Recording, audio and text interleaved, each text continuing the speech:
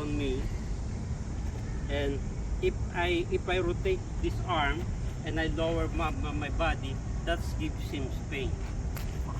See, that is the pull in here, meaning I'm in a good position.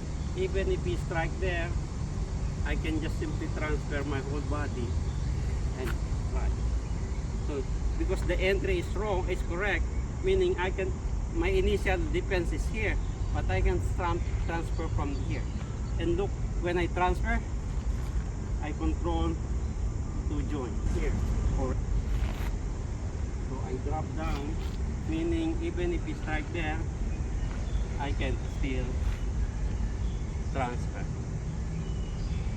So because the position is correct from this original defense strike, I can transfer here.